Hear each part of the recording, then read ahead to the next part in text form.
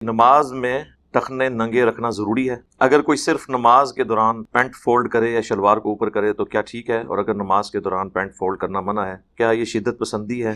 دیکھیں، یہ جو ٹخنے ننگے کرنے کا مسئلہ ہے نا، ایٹ لیسٹ اہل سنت کے ہاں تو یہ متفقہ مسئلہ ہے کہ مرد کے لیے ٹخنے ننگے رکھنا سنت ہے۔ بخاری اور مسلم دونوں میں حدیث ہے کہ اللہ کے نبی صلی اللہ علیہ وآلہ وسلم نے فرمایا کہ جس کا کپڑا مرد کا ٹخنوں سے نیچے ہو تکبر کے طور پر تو وہ آگ میں۔ اسی طریقے سے صحیح مسلم میں ایک حدیث ہے کہ اگلے زمانوں میں ایک شخص تھا جو اپنی تہمت کو گھسیٹ کر چل رہا تھا، تکبر کی وجہ سے اللہ نے اسے زمین میں دھسا دیا اور وہ قیامت تک اسی حالت میں دھستا رہے گا، والعیاذ باللہ تعالی۔ ایک اور حدیث ہے صحیح مسلم میں جس میں تکبر کے طور پر آزار بند کو، تہمت کو، شلوار کو یا پینٹ کو جو ٹخنوں سے نیچے لوگ رکھتے ہیں ان کے بارے میں وعید ہے کہ قیامت والے دن اللہ تعالیٰ ان کی طرف نظر رحمت نہیں فرمائے گا، نہ ان سے کلام کرے گا۔ اس قسم کی کئی حدیث ہیں بخاری مسلم میں۔ آپ کو کمبائنڈ فارم میں مشکات کے اندر کتاب اللباس ایک چیپٹر ہے، اس کے اندر یہ ساری حدیثیں مل جائیں گی۔ اچھا، یہ جو ٹخنے ننگے کرنے والا ایشو ہے نا، اسپیسیفکلی نماز کے حوالے سے، تو اس میں ایک حدیث ہے جس کی صحت میں اختلاف ہے۔ سنن ابی داؤد میں حدیث ہے، مسند امام احمد میں ہے، اور کئی ایک کتابوں میں حدیث موجود ہے، اور میرے علم کی حد تک صرف شیخ البانی نے اس کے صحت کے اوپر کلام کیا ہے۔ باقی تو ہمارے جتنے محدثین ہیں دور حاضر میں، شیخ زبیلی زئی رحمہ اللہ تعالی، یا قدیم جو ہمارے علماء ہیں، امام حاکم، امام ذہبی، امام نووی، یہ سارے بڑے بڑے ائمہ اس حدیث کو صحیح مانتے ہیں کہ ایک شخص اس حال میں نماز پڑھنے کے لیے آیا کہ وضو کرنے کے بعد جب وہ نماز کے لیے آنے لگا تو اس کی تہمت ٹخنوں سے نیچے تھی، تو اللہ کے محبوب صلی اللہ علیہ وآلہ وسلم نے فرمایا کہ وضو دوبارہ کر کے آؤ، اور پھر ساتھ فرمایا کہ جس کا تہمت یا آزار ٹخنوں سے نیچے ہو اللہ تعالیٰ اس کی نماز قبول نہیں کرتا۔ یہ الفاظ ہیں۔ اب یہ بڑی سخت وعید ہے۔ اس میں جو زیادہ شدت سے اس حدیث سے رزلٹ نکالتے ہیں وہ تو یہ کہتے ہیں کہ ایسے شخص کا وضو بھی ٹوٹ جائے گا، لیکن یہ موقف جو ہے وہ شاذ ہے، یعنی اکا دکا لوگوں کا ہے، یہ کوئی ایگریڈ اپان موقف نہیں ہے۔ باقی لوگ کہتے ہیں کہ وضو توڑنے والی چیزوں میں یہ نہیں آتی، بلکہ یہ نبی صلی اللہ علیہ وآلہ وسلم نے تنبیہ کے طور پر، جیسے ہم کسی کو جب کوئی تھوڑی بہت سزا دینی ہو تو اٹھک بیٹھک کرواتے ہیں، اس لیے اس کا وضو دوبارہ کروایا۔ اور وہ کہتے ہیں کہ اگر یہ وضو ٹوٹتا ہوتا تو نبی اسلام فرماتے کہ جس کا کپڑا ٹخنوں سے نیچے ہو اس کا وضو نہیں رہتا۔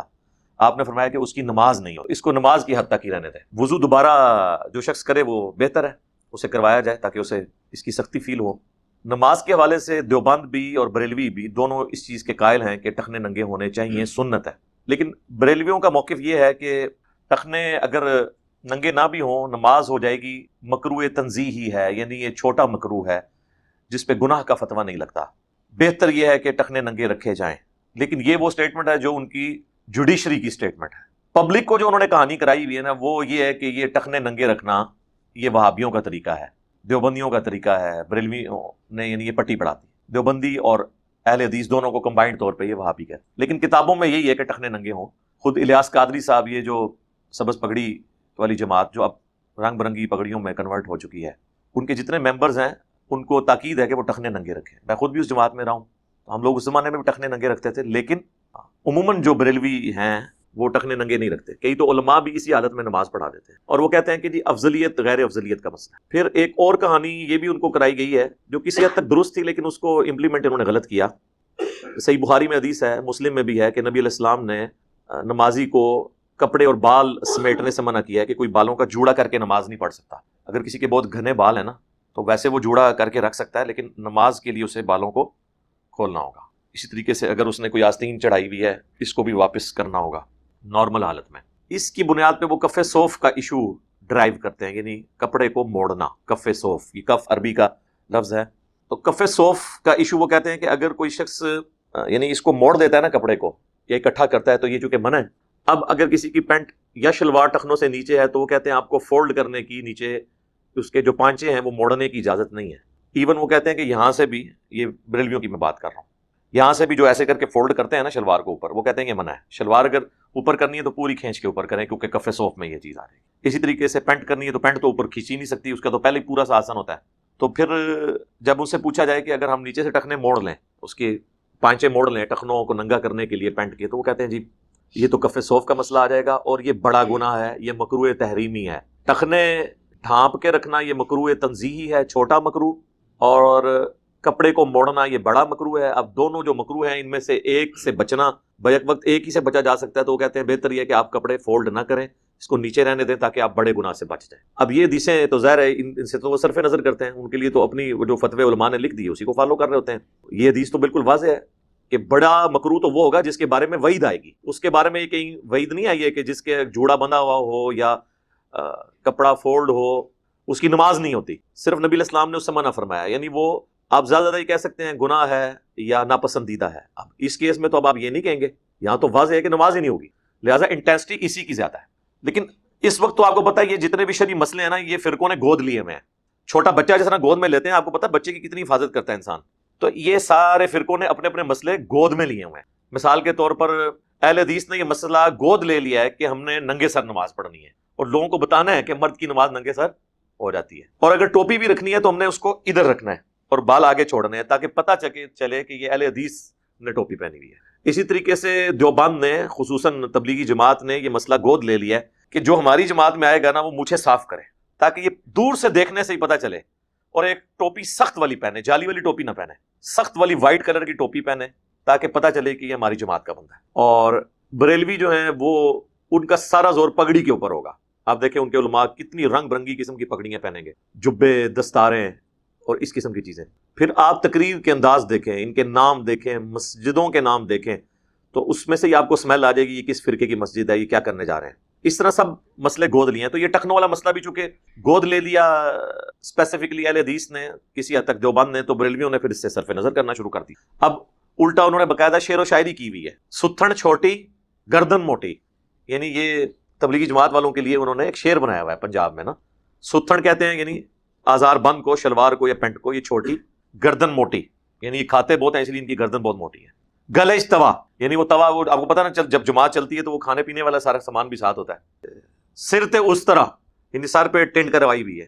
چک بسترا یعنی بسترا بھی اٹھاتے ہیں ساتھ. کراؤ ٹینٹ چلو رائے وینٹ, تو اس طرح پوری انہوں نے یعنی اپنا حلق کروا کے آپ رائے وینٹ پہنچے, تو اس طرح نشانی بنا دی. اور یہ آپ کو بتاؤں, یہ شعر و شاعری یا چند ایک سلوگنز یہ اتنے خطرناک ہوتے ہیں کہ بعض اوقات اگر سنت کے اگینسٹ یہ سلوگن پبلک میں عام کر دیے جائیں نا تو لوگ سنت کو جان بوجھ کے چھوڑ دیتے ہیں اس گالی سے بچنے کے لیے. جس طرح رفع الیدین کو پریکٹیکلی یہاں پہ حنفیوں نے گالی بنا دیا کہ یہ مکھیاں مارتے ہیں نعوذ باللہ, یا وہ بت رکھ کے آتے تھے تو اس لیے وہ رفع الیدین ہوتا تھا. یعنی اتنا کنڈیم کریں اس چیز کو کہ لوگ شرمائیں. لیکن یہ میرے دنیا میں چھوڑے جانے سے پہلے کی باتیں ہیں. ہاں اب ایسا نہیں ہے کیونکہ ہم نے ٹرنز دا ٹیبل اوور کر دیا. اب لوگ فخر کے ساتھ اپنے معاملات کو لے کے چلتے. پھر ان چیزوں کے ساتھ انہوں نے گستاخیاں بھی جوڑ دی. یعنی جو بندہ اس طرح کرتا ہوا نظر آئے تو اس کو کہیں یہ گستاخ رسول ہے, اس کے بڑوں نے گستاخیاں کی ہیں. اب کوئی کہے نا کسی رفع الیدین کرنے والے کو گستاخ رسول, اوکے کٹو چشتی رسول اللہ, آؤ نا بچہ میدان انہیں دسنے کون گستاخ ہے, تو دم دبا کے بھاگیں گے. یہ تو مرد کے لیے ٹخنے ننگا ہونا ضروری ہے. اگر پینٹ چھوٹی ہے اس کو نیچے سے فولڈ کریں نماز کے لیے, اس میں کوئی وبال نہیں ہے. اور جو لوگ عمومی حالت میں فولڈ فارم میں ہی پینٹ رکھتے ہیں ان کے لیے تو پھر کف صوف کا بھی مسئلہ نہیں ہے. یعنی فیشن کے طور پہ بھی آپ کو پتا ہے کافی عرصہ تک تو کرتے کی آستین بھی تقریباً 1.5-2 انچ یوں فولڈ کر کے رکھی جاتی تھی, وہ اس کی ڈیزائننگ کا حصہ ہوتا تھا. جس طرح آج کل ہماری جو شلوار ہے یہ اس کے پانچے بھی آپ کو پتا ہے بکرم ڈال کے وہ ڈبل کپڑا فولڈ ہوا ہوتا ہے, وہ اس کا حصہ ہوتا ہے. اسی طریقے سے ایک بندے نے پرماننٹلی پینٹ فولڈ کی ہوئی ہے, یعنی ایون ڈریس پینٹ بھی آپ دیکھیں وہ بھی اینڈ سے تو فولڈ ہوئی ہوتی ہے نا, تھوڑی سی اس کی وہ کریز بنائی ہوئی ہوتی ہے, تو وہ اس کی بلٹ ان اس ڈیزائن کا حصہ ہے. یہ کف صوف میں نہیں آئے گا. اگر کوئی شخص نے وہ فولڈ کر کے بھی ٹخنوں سے نیچے رہتا ہے تو کم از کم نماز کی حالت میں وہ ٹخنے ننگے رکھے. لیکن ہم اس کی ترغیب دلاتے ہیں کہ عام حالت میں بھی مرد کے لیے ٹخنے ننگے ہونے چاہیے. اب بعض لوگ اس میں یہ پلی لے لیتے ہیں کہ سیدنا ابو بکر صدیق رضی اللہ تعالیٰ عنہ کے بارے میں صحیح بخاری میں ایک حدیث ہے کہ انہوں نے کہا یا رسول اللہ میں کوشش تو کرتا ہوں صلی اللہ علیہ وآلہ وسلم کہ اپنا آزار بند ٹخنوں سے اوپر رکھوں, لیکن پھر بھی کبھی کبھار وہ ایک طرف سے ڈھلک جاتا ہے, مگر یہ کہ میں اسے پکڑ کے اوپر کر لیتا. یعنی وہ جو چند سیکنڈز کے لیے بھی نیچے ڈھلکتا تھا وہ اس کو بھی اپنے لیے وبال سمجھتے تھے. تو میں اس کا کیا سولوشن کروں؟ اب اس کا یہ بھی سولوشن بڑا مشکل ہے کہ آزار بند کو بہت چھوٹی سلوا لی جائے کہ جا کے گھٹنے ننگے ہونے شروع ہو جائیں. تو نبی الاسلام نے فرمایا کہ تم تکبر کے طور پر ایسا نہیں کرتے. یہ حضرت ابو بکر صدیق رضی اللہ تعالیٰ عنہ کی فضیلت میں حدیث لی ہے حضرت امام بخاری نے, یہ بتانے کے لیے کہ تکبر سے آزاد ہونے کی گارنٹی سیدنا ابو بکر صدیق رضی اللہ تعالیٰ عنہ وعلیہ السلام کو نبی الاسلام نے دی.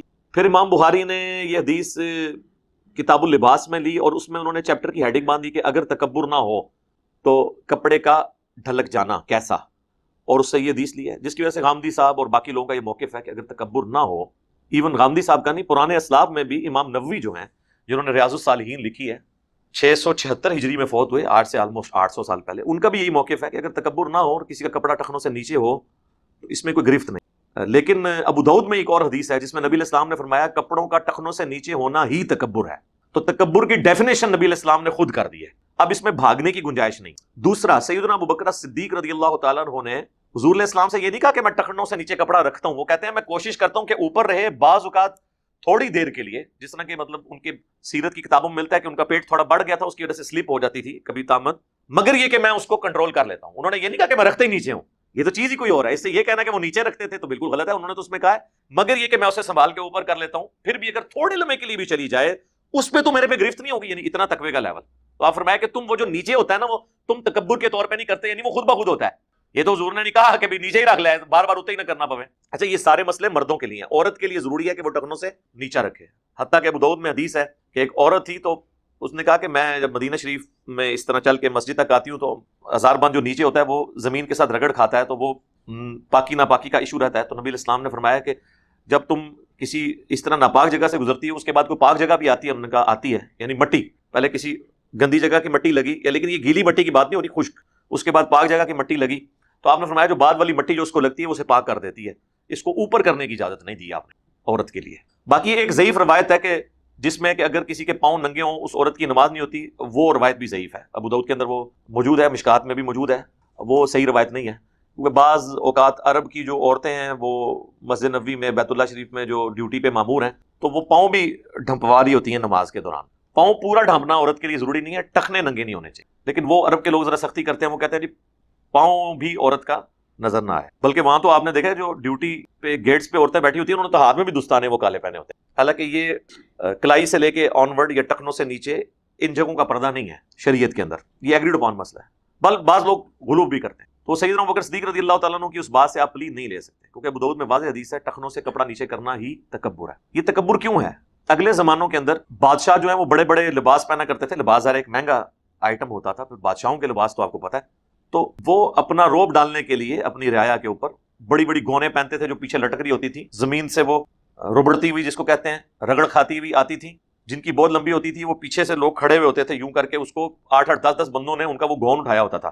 ان کو کہا جاتا تھا ٹیل کیریئر، یعنی اس کی جو دم نکلی ہوئی ہے اس کو کیری کرنے والے. اسی کی ایبریویشن ہے ٹی سی، ٹیل کیریئر. کہتے ہیں ٹی سی کردہ ہے، خوش آمدید، وہ سارے ٹی سی کرنے والے لوگ ہوتے تھے، ٹیل کیریئر. یہ چونکہ ایک تکبر کی علامت رہی ہے، آج کے دور میں شاید یہ obsolete ہو چکی بھی ہے، لیکن حکم اس کا اب بھی باقی ہے، کیونکہ نبی علیہ السلام نے کہہ دیا کہ یہ ہے ہی تکبر ہے، لہٰذا اس سے آپ نے بچنا ہے.